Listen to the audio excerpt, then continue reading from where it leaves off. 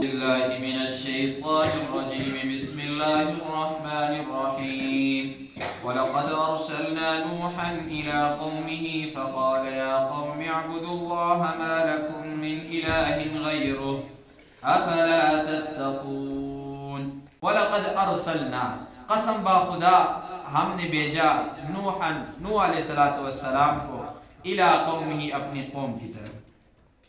نوح علیہ السلام کو نوح اس لیے کہا جاتا ہے، فرمایا روایات کے اندر آتا ہے کہ رو رو کر ان کی ادھر ناک کے ساتھ نالیاں بن چکی تھی، دن رات یہ رویا کرتے تھے، لوگوں کو تبلیغ کرتے، لوگ ان کی بات نہ مانتے تو یہ رویا کرتے تھے. اس وجہ سے نوح کہا ہی جاتا ہے رونے والے کو. الی قومہ اپنی قوم کی طرف. فقال پس نوح علیہ السلام نے فرمایا یا قوم اے میری قوم اعبدوا اللہ اللہ کی عبادت کرو، ما لکم من الہ غیرہ نہیں ہے تمہارے لیے کوئی بھی معبود سوائے اس کے. معبود تمہارا ایک ہی ہے، خدا تمہارا ایک ہی ہے. یہ جو دعوت ہے یہ مشترک ہے تمام کے تمام انبیاء. آدم علیہ السلام نے بھی یہی دعوت دی ہے تو محمد رسول اللہ صلی اللہ علیہ وسلم نے بھی یہی دعوت دی ہے.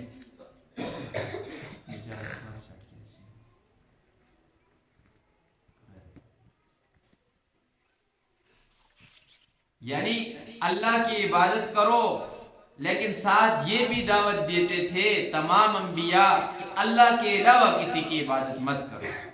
غیر اللہ سے ٹوکتے کاٹتے اللہ کی طرف متوجہ کرتے. آپ اگر سارا دن لوگوں کو کہتے رہیں کہ اللہ کی عبادت کریں اللہ کی عبادت کریں، آپ کو کوئی بھی کچھ نہیں کہے گا. لیکن جب آپ کہیں گے نا کہ فلاں کی عبادت نہ کرو فلاں کی نہ کرو، اس وقت سختیاں اور تکالیف آئیں گی. صرف اللہ کی عبادت کرنے کا کہنے سے کبھی بھی پریشانی آپ کے اوپر نہیں آئے گی. تو فرمایا ما لکم من الہ غیرہ افلا تتقون، کیا تم نہیں ڈرتے اللہ سے؟ تم اللہ سے کیوں نہیں ڈرتے؟ اللہ کے سامنے کیوں ڈٹے ہوئے ہو؟ اللہ سے ڈر جاؤ. دیکھو پہلے بھی اللہ نے قوموں کو تباہ کیا ہے، یہی انبیاء سارے دعوت دیتے رہے. لیکن یہ دعوت جب نوح علیہ السلام نے دی تو نوح علیہ السلام کے ساتھ کیا ہوا؟ اللہ فرماتے ہیں فقال الملک، بولے سردار. جب یہ دعوت انہوں نے دی تو ادھر جو بوڑھے سردار تھے ان کے، الذین کفروا، اور وہ تھے کافر، من قومہ قوم نوح میں سے، کیا کہا انہوں نے؟ ما ھذا نہیں ہے یہ نوح الا بشر مثلکم مگر تمہارے جیسا ایک انسان. تکبر بہت بری چیز ہے. نوجوان کا تکبر بھی ہوتا ہے، بچے بھی تکبر کرتے ہیں، لیکن یہ جو بوڑھوں کے اندر تکبر آ جاتا ہے اللہ معاف کرے. مفسرین یہاں پر لکھتے ہیں کھلم کھلے الفاظ کے ساتھ، جب بوڑھا شخص تکبر کرنے پر آ جائے پھر اسے نہ اپنی قبر یاد آتی ہے نہ اسے کوئی اور چیز یاد آتی ہے. پھر یہ نوح علیہ السلام کے ساتھ جتنی بھی زیادتیاں کی کرنے کی سب سے بڑی وجہ یہ تھی کہ وہ سردار جو تھے بوڑھے ان کے کہنے کے اوپر. آپ محمد الرسول اللہ کے زمانے کو اٹھا کر دیکھیں، نوجوانوں نے اتنا تنگ نہیں کیا، بچوں نے تنگ نہیں کیا، جتنی بھی تکالیف پہنچی ہیں وہ سرداروں کی وجہ سے پہنچی ہیں. یہ ابو جہل، عتبہ، شیبہ یہ کوئی دودھ پیتے بچے نہیں تھے، یہ بوڑھے تھے اور سردار تھے. اس زمانے میں بھی اور اس زمانے کے اندر بھی سرداری کس سے ملتی ہے؟ بوڑھوں کو ملتی ہے کہ یہ بوڑھے ہیں ہمارے بزرگ ہیں، انہیں کیا کر دو؟ سردار بنا دو. اور ہونا بھی چاہیے، طریقہ اور اسلوب اور طریقہ یہی ہے، زمانے کے یہی چلا آ رہا ہے.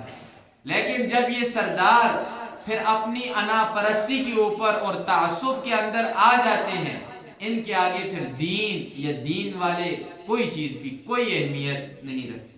یہ تعصب اور انا پرستی ایسی ہے اور ادھر بھی یہی ہوا.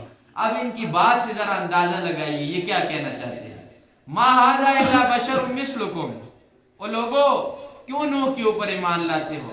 یہ تو تمہاری طرح کا ایک انسان ہے، آدمی ہے، اس پر ایمان لانے کی کون سی وجہ ہے؟ یرید ان یتفضل علیکم، یہ تمہارے اوپر سرداری چاہتا ہے، یہ چاہتا ہے کہ تمام کے تمام لوگ میرے نیچے ہوں، مجھے سردار بنا دیں.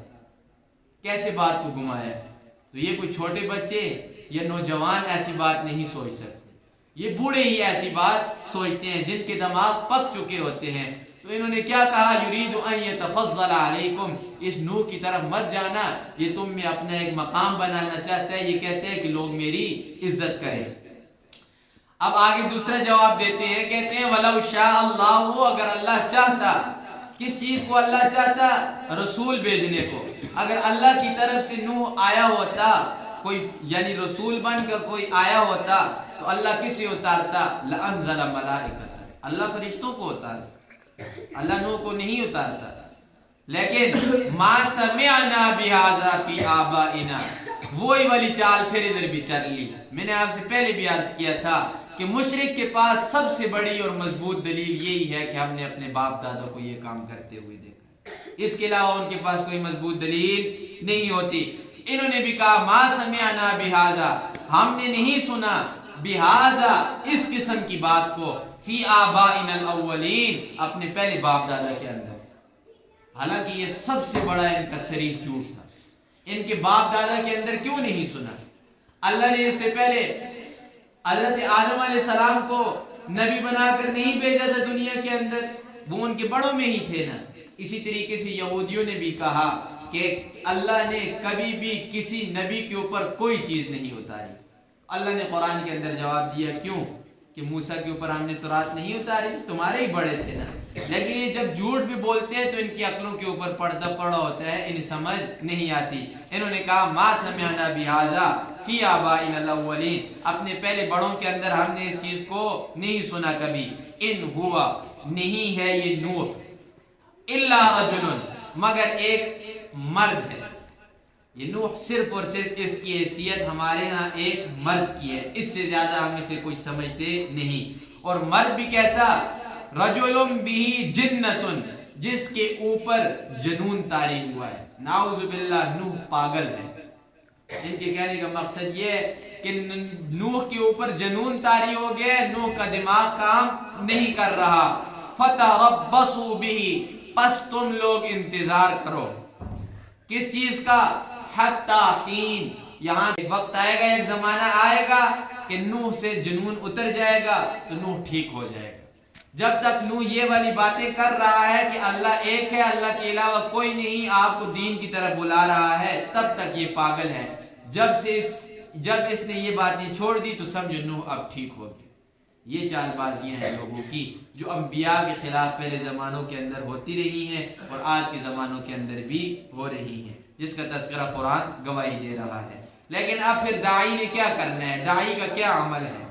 جب وہ لوگوں کو اللہ کی طرف بلا رہا ہے، تکالیف آ رہی ہیں، پریشانیاں آ رہی ہیں، تو پھر لوگوں کے درمیان آسرے نہیں ڈھونڈنے کہ مجھے فلاں بچائے گا، فلاں بچائے گا، نہیں۔ نوح علیہ السلام نے کسی بھی وڈیرے کو اپنے ساتھ نہیں جوڑا، کسی بھی وڈیرے کا آسرا نہیں لیا۔ نوح علیہ السلام نے فوراً فرمایا نوح علیہ السلام نے فرمایا ربی، اے یا ربی، اے میرے پروردگار، انصرنی، تو میری مدد فرما، بما کذبون، اس چیز کے اوپر جو انہوں نے مجھے جھٹلایا، یعنی میرے جھٹلانے کے بارے میں تو میری مدد فرما، میں بے قصور ہوں، انہوں نے بے وجہ میرے اوپر الزام لگایا، مجھے جھٹلایا کہ یہ پاگل ہے اور اس سے پہلے کوئی نبی نہیں آیا انسان بن کے۔ یا اللہ، تمام کی تمام ان کی باتیں جھوٹی ہیں، میں سچا ہوں، تو میری مدد فرما۔ مدد کیسے آئی؟ اگلی آیات کریمہ کے اندر آ جائے گا۔